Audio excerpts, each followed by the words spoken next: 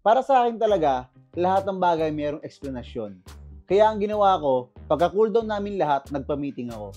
Kasi syempre ako sa sarili ko, gusto ko rin marinig yung side ni Mars kung bakit niya ba naitanong yung kay Sean. Sawa. Mami, di ba ko binigyan ng chance mag-explain sa taas, di ba? Sana man lang tinanong mo yung side ko. Sana man lang tinanong mo na gusto ko lang naman sa anak mo. Yung magiging responsible tatay siya. Maraming nabubuntis ngayon, Pam. Alam mo yan dahil ganyan ka. Sobrang hirap. Para sa akin kasi hindi nila kagad naiintindihan yung point ko. Pagkatapos sinampal pa ako ni Pam, naiintindihan ko siya. Naiintindihan ko na nanay siya. Sana, naiintindihan niya rin yung part ko. Concern lang naman ako sa inaanak ko eh. Tsaka syempre, ayoko mapalis dito sa bahay. Kaya ginagawa ko lahat para mag-adjust. Ginagawa ko lahat para punan lahat ng pagkakamali ko nung unang punta ko rito. Pero yun ang hindi niya maintindihan. Bakit ba, di ba? Sean, baby, hindi ka naman hinawakan ni Mars or hinawakan ka? Hindi ko hinawakan. Hayop ka! Hinawakan mo yung anak ko! Alam mo ka mo! Tinanggap ka namin dito, hayop ka. Siyempre magdi-deny yan. Hindi, si Sean, kaya nga Sean tinatanong ko eh. Ano ba siya? Ninawakan ka ba yung totoo? Sana magsabi ko yung totoo. Hindi ko hinawakan. Kailangan natin, Mars, anong dahilan bakit may tinanong kay Sean? Gusto ko lang naman siya maging matured. Mark, yun lang yun. Wala na akong ibang dahilan. So, Kilala mo ako, hindi ako baka... So, in short, good intention yung... Oo, Mark. Wala naman ako... Bata yan, tangina. Hindi naman ako bobo, di ba? Hindi ako bobo para galawin yan. Di ba? Tangina. Alam di ba yan? Pag yan di mo pinaalis dito, ako ang aalis dito kahit bahay ko to. Be, Pag-usapan niya ng maayos. Ano ba? Gusto kong gawin natin, na-view natin yung CCTV. hindi. Ayaw yan. Mag-usap tayo nang dito tayo. Ay, kailangan mapadesisyon tayo diyan. Hindi tayo magbebase sa CCTV, magbebase sa nangyayari ngayon. Nicole, bilang kasama ka sa kwarto, anong masasabi mo? Bilang isang Disney princess, dapat hindi tayo padalos-dalos magdesisyon. Kaya for me, dapat bigyan ng chance magpaliwanag si Tito Mars. Hindi, kasi narinig ko naman yung side ni Tito Mars eh. So, para sa'yo. Para sa akin, mas okay na pakinggan muna natin yung side niya. Lores, nasaan ka nung mga panahon na yan? Bakit di mo nakita magkatabi si Sean tsaka si Tito Mars? Wala, naliligo ako nun. Ano Mars, kating-kati ka na? Pati yung bata, papatulan mo. Kung ako yung tinanong mo, sigurado papatulang kita. Pero siguraduhin mo, kaya mong sumalo ng suntok. Ang dami-dami mong pwedeng tanungin, bakit si Sean pa? Nung naglalaro sila nun kasi, punta na ako CR nun. Mars, tatapating kita. Ano ba? Pinagbigyan kita ng una, pangalawa. Pinapasok ka namin sa bahay namin, hindi bilang isang Mars. Pinapasok kita bilang isang pamilya. Tinrato ka namin ng tama, kumakain ka ng kung anong kinakain kami. Hindi ka namin dito inalapusta, hindi ka namin dito kinawawa. Hindi ka nagliligpit, hindi ka naglilinis kasi may kasambahay tayo. Kumbaga gusto kong sabihin sa iyo na hindi ka kinakawawa sa bahay na to. Kumakain ka, hindi ka nagugutom, nagmimerienda ka. Lahat naka-aircon ka, naka-wifi ka. Wala kang binabayarang kuryente, pagkain kahit na ano. Ang point ko lang, kahit good intention yung ginawa mo, bakit mo kailangan itanong sa anak namin yon? Doon pa lang, Mars, mali ka na para sa akin. Nagigets kong good intention ka, pero hindi para tanungin mo. Tangina ngayon niya nga lang to nakita eh. Exactly. Hindi pa kayo close ni Sean para tanungin mo siya. Ngayon, Mars, ganito. Ano ba? Ano bang... Mars, solusyon kailangan mo dyan? nang umalis dito sa Grace Family. Kasi para sa akin, tingin ko, hindi nararapat. Para sa Huwag akin, naman bilang paalisin. Wala, hindi naman Bigyan mo ko ng masusolusyonan ng chance, ganyan hindi. kung paalisin yung Naiintindihan tao ko, eh. Pam. Naiintindihan ko na may mali ako. Tingin ko na Mark. hindi mo na dapat siya tanggalin sa Grace Family. Bakit? Kasi mawawalan siya ng pamilya, mawawalan siya ng pagtitirahan, mawawalan siya ng kinakain, mawawalan siya ng greatest life. ikaw, anak, ikaw ang decision ngayon. Sa tingin mo ba dapat umalis si Tito Mars o hindi? Hindi muna kasi mabait naman din po siya sa akin. Nagkamali ako sa part na yun, pero hindi ibig sabihin nun ganun ako, Pam. Naiintindihan kita. May kapatid ako bata, pero... Mali pa rin naman yun. Pero ang mahalaga dyan, hindi mo siya hinawakan. Sean, isa pa. Isang tanong na lang to, huling tanong. Ikaw ba magdesisyon para kay Tito Mert at para kay Paano Mami? ng bata sa... Hindi kasi siya nga yung naano dito eh. Siyempre gusto ko mas alam niya yung nangyari kaysa mas alam nating dalawa. Kaysa sa mas alam nating lahat. Kasi baka mamaya yung maliit na bagay pinapalala lang nating lahat. Kaya ako siya bilang bata, siyempre alam niya kung namuli siya, alam niya pag hinawakan siya, pag bata yan eh, magsusumbong siyempre yan. Kung honest lang naman siya yung anak mo, syempre So, anak mo yan baby, eh. maging honest ka sa amin. Tingin mo ba kailangan ng decision? Huwag kang matakot. Ako bahala sa'yo. Hindi kanya kayang galawin. Walang makagalaw sa'yo. Tingin mo ba... Sabi mo yun sa kwarto, kaya niya pa bang... Sige. Sabi ko. Kaya mo ba siya makasama sa kwarto? Kaya mo ba siya makasama sa bahay natin? Kung hindi, aalis na siya. Kung wala siyang pwede magagawa sa'yo kahit na ano. Ikaw, baby, gusto mo na ba siyang umalis o ayaw mo? Yung totoo. Ayoko pong umalis si Tito Mars. Kasi po mawawalan po siya ng pamilya, tapos mawawalan din po siya ng bahay na pagtitirahan. Tapos mawawalan din po siya ng pamilya na nagmamahal sa kanya. Kaya ayoko po siyang umalis sa Grace family. Tsaka po hindi niya naman po ako hinawakan eh. Pinilit lang po ako. Hindi po, Tito Mart. Bakit? Kasi po hindi niya naman po ako medyo like mabait naman din po siya sa akin. Oh, okay naman pala, Bepes. Mars, mag-sorry nga siya tsaka ikaw. Wala naman pala intention sa Sorry. ako. Pasensya na ako. Alam ko na misinterpret mo. Akala mo may gagawin ako sa'yo masama, pero wala. Wala siya.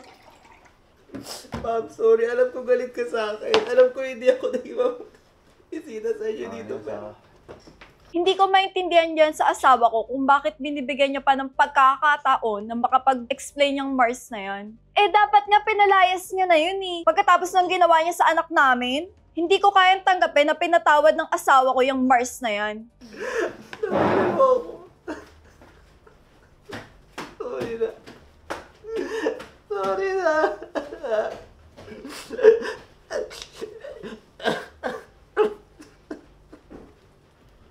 Ako hindi para umalis siya ng ganyan-ganyan. Ang pangit lang nangyari. Oo, alam ko. Pero yung papaalisin nyo na hindi man lang siya nakapag-explain ng maayos. Para sa akin, hindi naman siguro tama yun. Sorry. Wala naman palang, hindi naman pala hinawakan eh. Sorry na. Bakit misinterpret lang din talaga. Hindi naman misinterpret, siguro mali lang yung pagkakaintindi ng sitwasyon na yun. Be, alam ko naman na kaya mo ako pinagtanggol kasi alam ko na gusto mong magkaroon ako ng utang na loob sa'yo. Pero hindi. Hindi mangyayari yan, te. Sa panaginip mo, posible pa. Lahat sisimutin pati titi sa utin. Clover ng clover, galing maminger.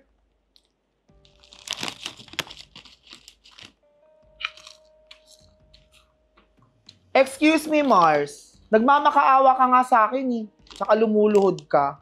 Sa dami-dami ng pwede mong utangan sa akin, utang na loob pa. Kaya utang na loob, magtinukan ng utang ina ka. Wala namang masama doon sa side ni Mars. Pero para sa akin, ang masama lang kasi is hindi naman sila close ni Sean. Tapos first meet pa lang nila and hindi pa siya part ng Grace family. Pero siguro sa akin, okay naman yung intention niya. Maganda naman yung paliwanag niya. Para sa akin, deserve ni Mars ang third chance. Nagpapasalamat ako na binigyan nila ako ng chance. Na-explain yung sarili ko. Natanggapin yung explanation ko sa mga bagay na nangyari. Pero dapat nga, di ba, maging thankful pa sila sa akin. Dapat nga sila pa yung magpasalamat eh. Kasi at least, bata pa lang si Sean, bata pa lang yung inaanak ko, minumulat ko na siya sa katotohanan. Kasalanan ko ba yun kung hindi kayang punan ni Pam? Kung di niya kayang punan yung mga kakulangan niya bilang nanay, di ba? Tapos mamasamain niya pa. At ang pangat kasi sa atin dito sa Pilipinas, napaka-conservative natin. Pag mga ganyan, pag mga jakol, kantutan, buntisan, napakatatahimik. Pero kita mo dyan sa labas ng bahay ninyo. Kapit-bahay ninyo, ang daming buntis, di ba? Nandito ako para dalhin lang naman si Sean sa tamang landas. Daang matuwid, para at least maging responsable siya habang bata siya, wala nang iba. Kaya sa mga nag-iinarte dyan, sa mga may problema sa akin, hindi ako ang mali. Hindi ako ang problema dito. Alam niyo kung sino? Kayo. Tsaka yung nanay niyang close-minded. Kaya kita mo, ang aga na buntis, single mom, buti sinalo ni Merk. Bilang isang ina, kailangan kong protektahan yung anak ko. Kaya hindi na ako papayag na madikit pa yung anak ko kay Mars. Okay, good night. Hoy! Saan ka pupunta? Sa kwarto.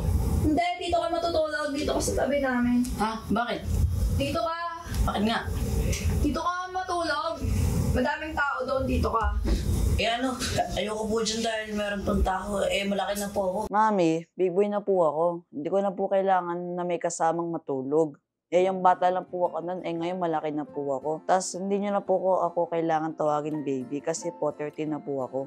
Wala naman din po masama kay Tito Mars, nakasama ko po siya sa kwarto. Mabait naman din po siya. Tapos po kinakalaro niya pa po ako mag-COD kahit po busy po siya. Bakit? Ano yan? Tati, dito man na patulog. Wala na akong tiwala dun sa Mars na yun. Dito ka na matulog siya. May po dito ang aircon. Mainit na aircon na yan. Higa ka na. Hindi ka na. Saan mo gusto? Sa gitna, dito sa gilid. Sa gitna. Ay, sa gilid pala, sa gilid. Yung ka na sa gitna. Para baby baby. Tin na ako. Ha? Tin na ako.